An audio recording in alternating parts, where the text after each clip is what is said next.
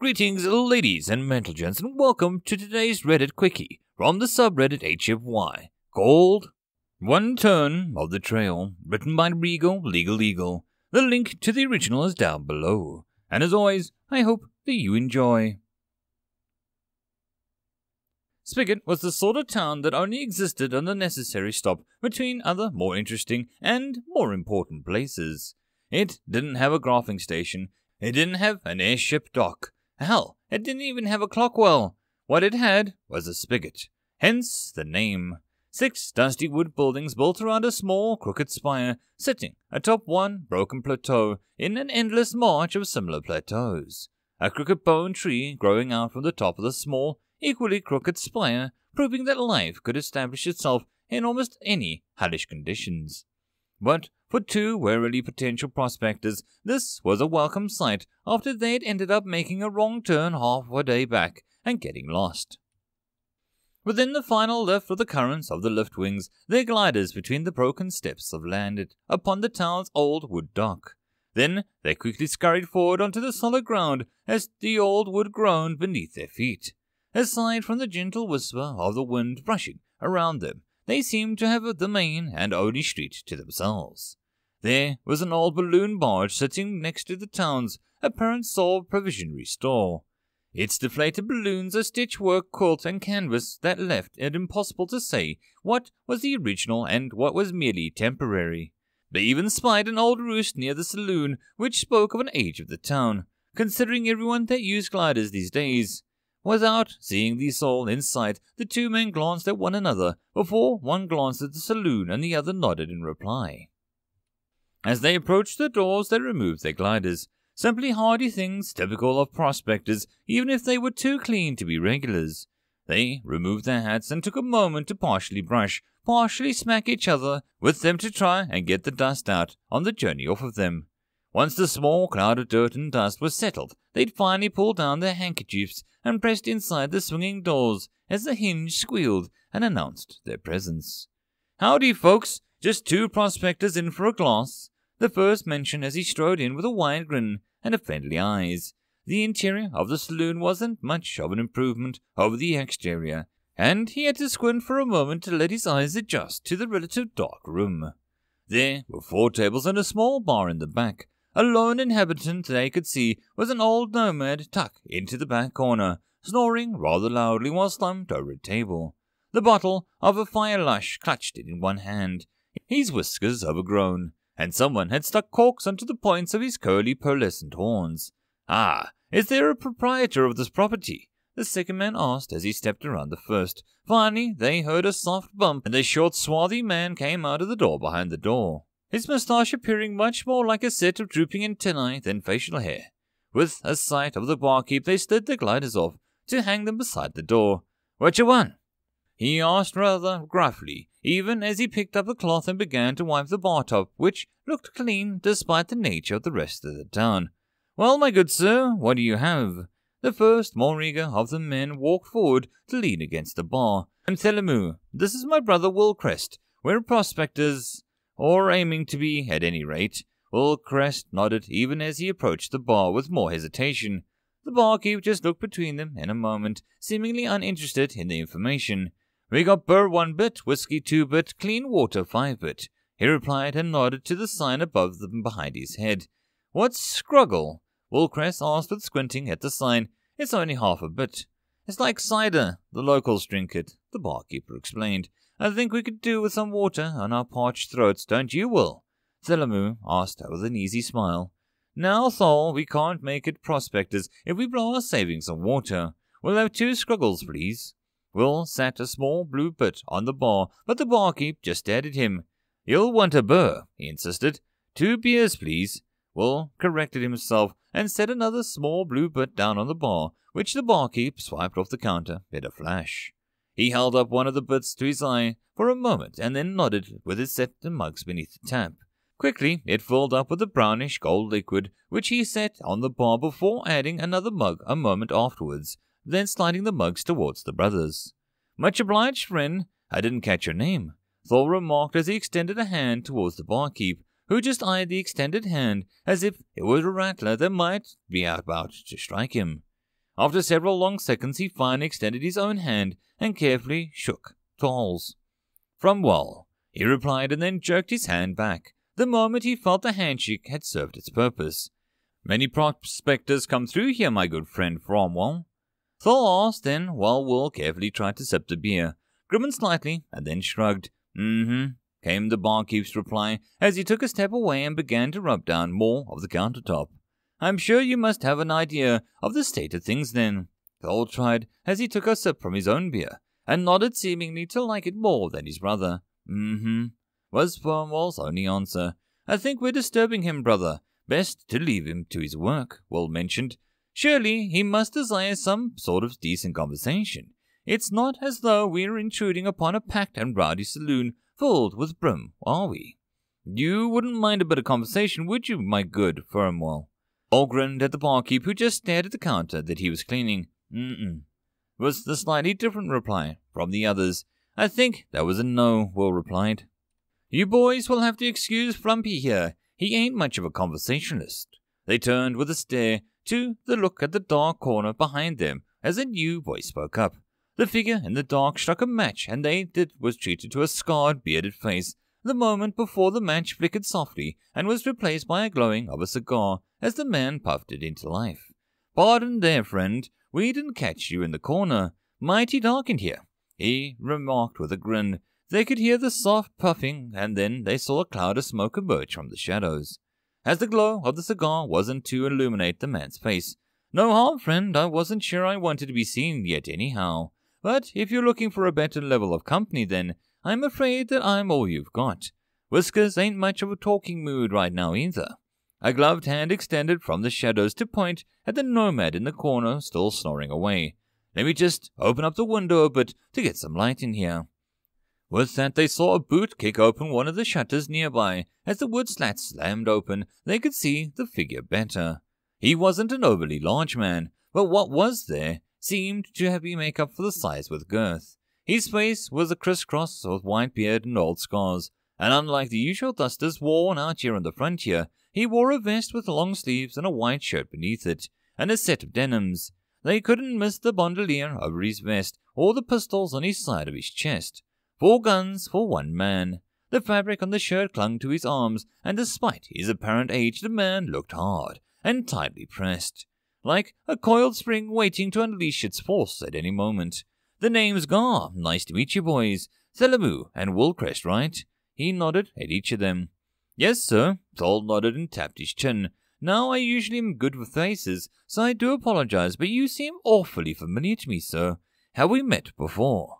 "No, son. We have not met. You would remember," Gar declared rather confidently. "Even so, you might know my face. Either of you know your letters?" "Yes, sir." Thal nodded once more. "Mama insisted." "Ah, good old Mama. Bet she's sweet and kind and doting on her boys." The man grinned around his cigar before tilting his head at the wall beside him.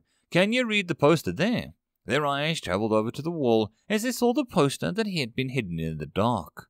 It was a drawing of a man before him, though there was a skull instead of a cigar. "Gar Gunders wanted, dead, 10,000 bit reward." The two brothers shifted and tensed up for a moment as they read, and then they realized that they were talking to a man of made legend within their own lifetimes. For his part, the old man chuckled softly as he saw the reaction.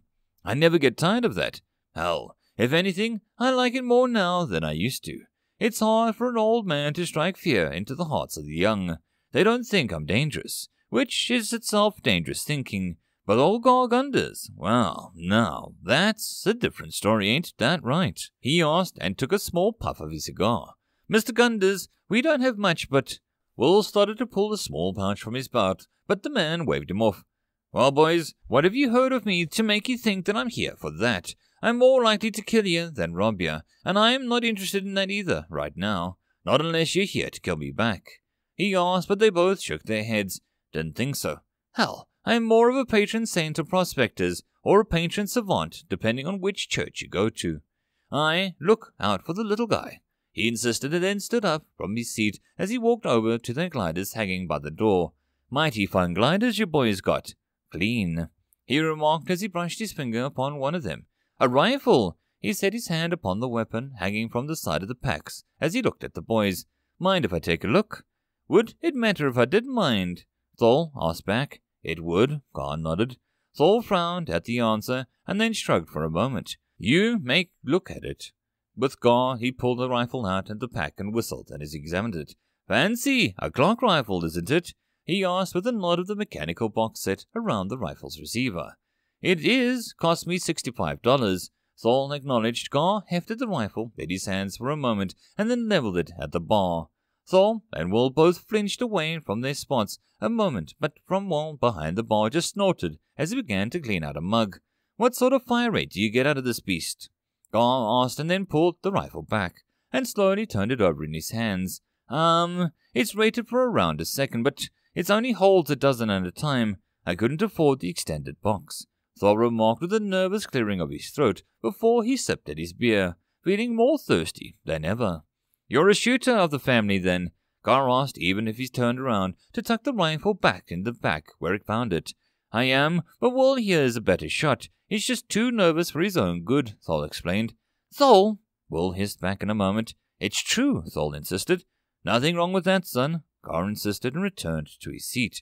I've known many a man with a great shot who just needed a first battle to find their nerves. Nothing wrong with a shaky bravery either, son. Most men I've known to have nerves of steel died young.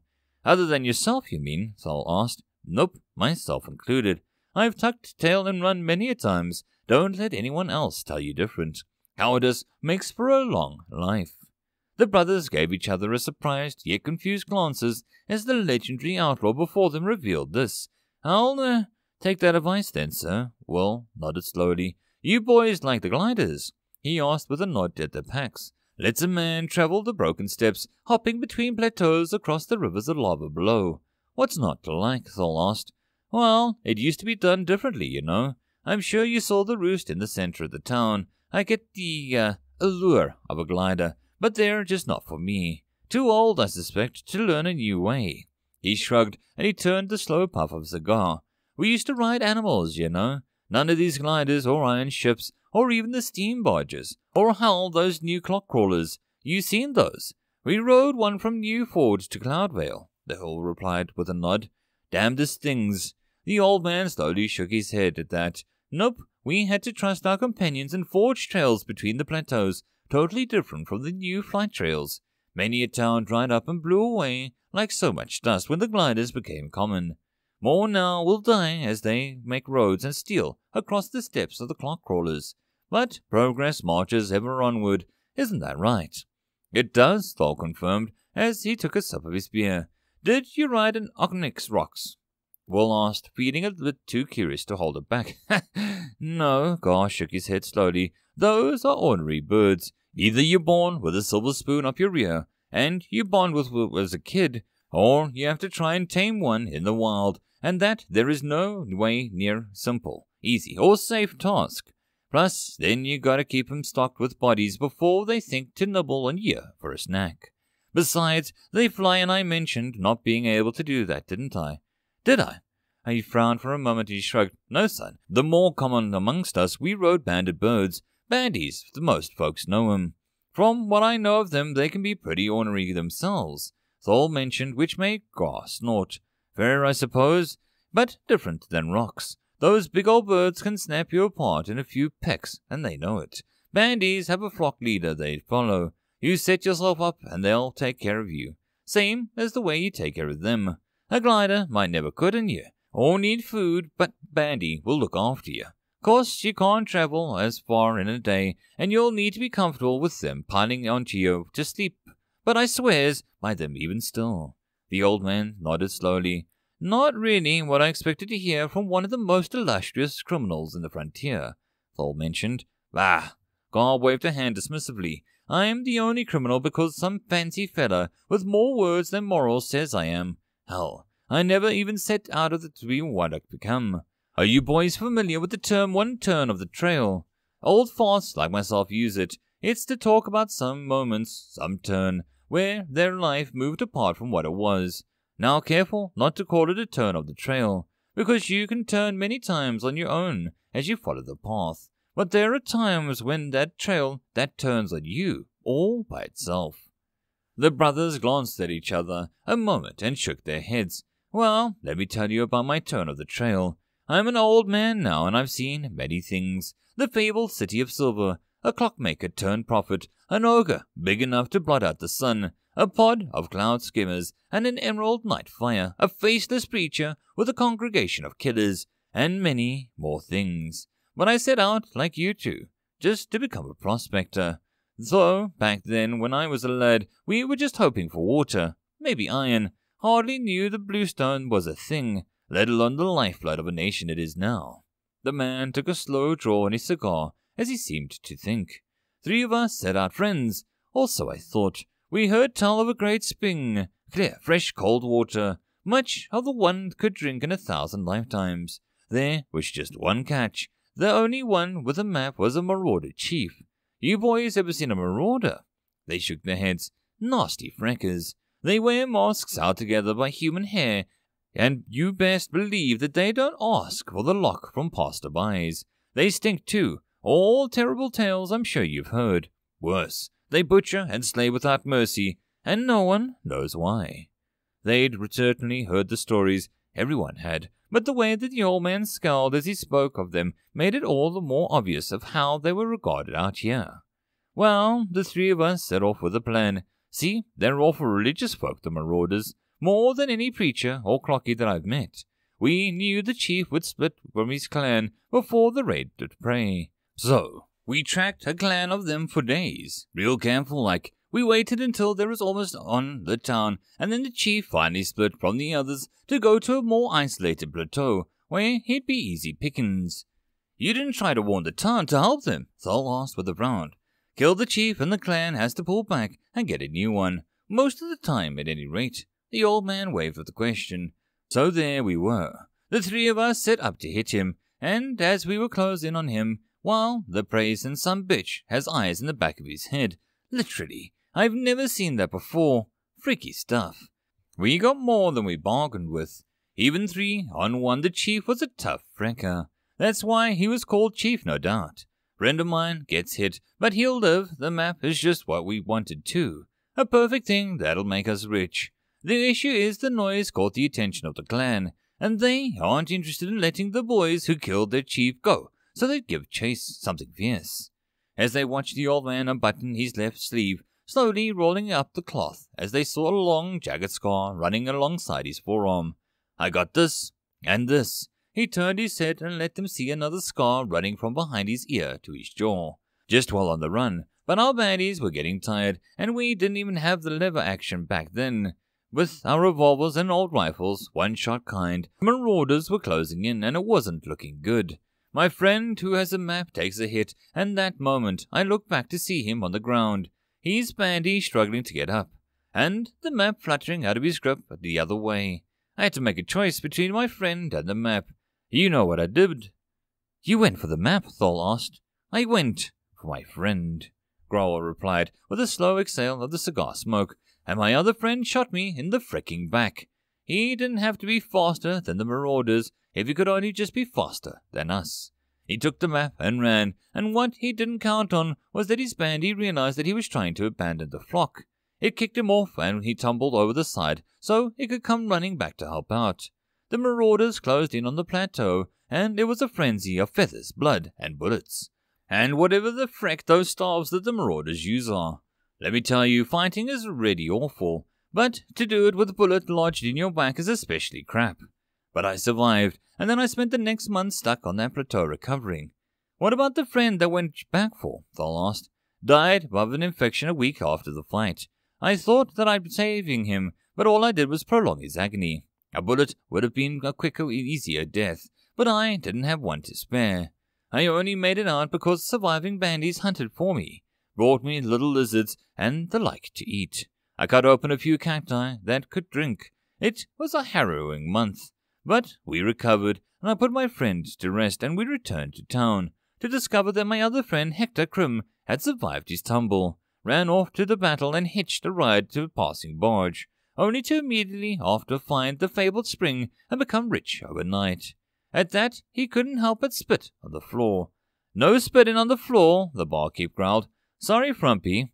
Gar waved him off, and pulled a blue bit from his pocket and set it on the table as compensation. Wait, Hector Krim, the industrialist, Thol checked. The some bitch more like it, Gas grumbled. But the story I heard from him is he found the Everspring alone, Thol muttered. Sure, but he left out the bit where he only found it alone because he shot one of his friends in the back and left the other to die with a clan of angry marauders while he made good on our dream by his lonesome. And I've been trying to peck away at that fricker's fortune ever since. So next time you hear about the legendary outlaw who's grown old, you might think to ask yourself, how can that be? Why won't anyone collect? Is it because he's really that good with a gun? That lucky? Or is it because he fights a man who has made an enemy of the whole frontier? For all his mines, and all his water, and all of his ships you can name, one town that has welcomed Crimson Company, one prospector that hasn't been frecked over by him in some way or another, one homesteader that enjoys being gouged for the price of seed and grain if you're unfortunate enough to try and make a home in one of these claim plots in the prairie. Gar let out a hang for a moment. Why tell us this? Will finally asked. Gar looked ready to speak but then paused as a series of shrill chirps, whistles, could be heard from outside, and then he sighed. Because you boys are about to be wrapped up in your own turn of trail. I watched you enter earlier, and Frumpy hid in the back because I have an appointment of sorts with some other visitors today, and you two are unlucky enough to be here while it's going on. Gar pulled out an ornate silver watch from his pocket to check it and then snap it shut, and I was hoping that they'd be content to sit and watch like they'd been doing until you boys left, but I guess they decided now is the time to strike. What? Who? Thol asked with a frown.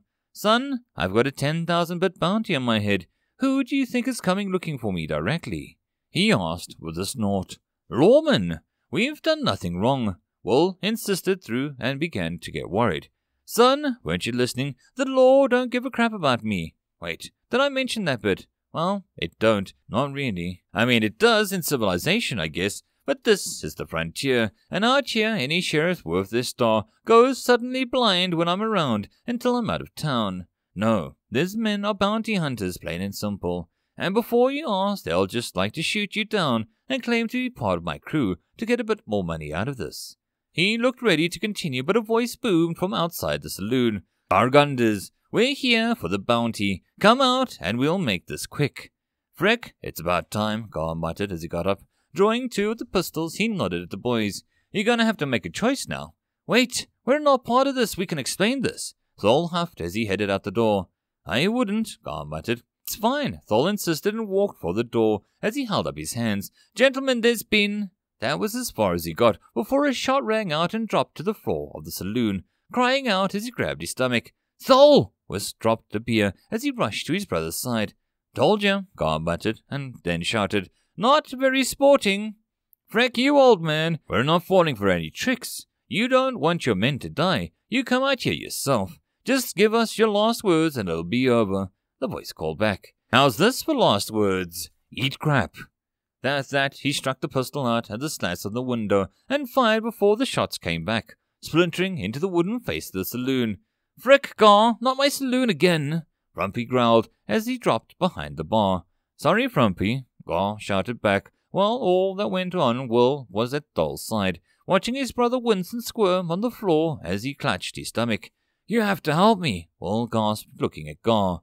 Kinda busy, son. I didn't mean for this to happen, but it's happening, so you got a choice. He grabbed the clock-fire rifle of Thol's pack and tossed it to Will. You can run out the back while they're busy shooting me, and you might make it, but not with your brother shot up like that. Or you can get up and help kill the men who are trying to kill you and your brother. I won't hold it against you if you run, though, boy. You didn't ask for this. I didn't ask for any of this. We haven't done anything, Will grasped as even he caught the rifle. They really don't care, Gar muttered, and ducked after a shot went through the window just over his head.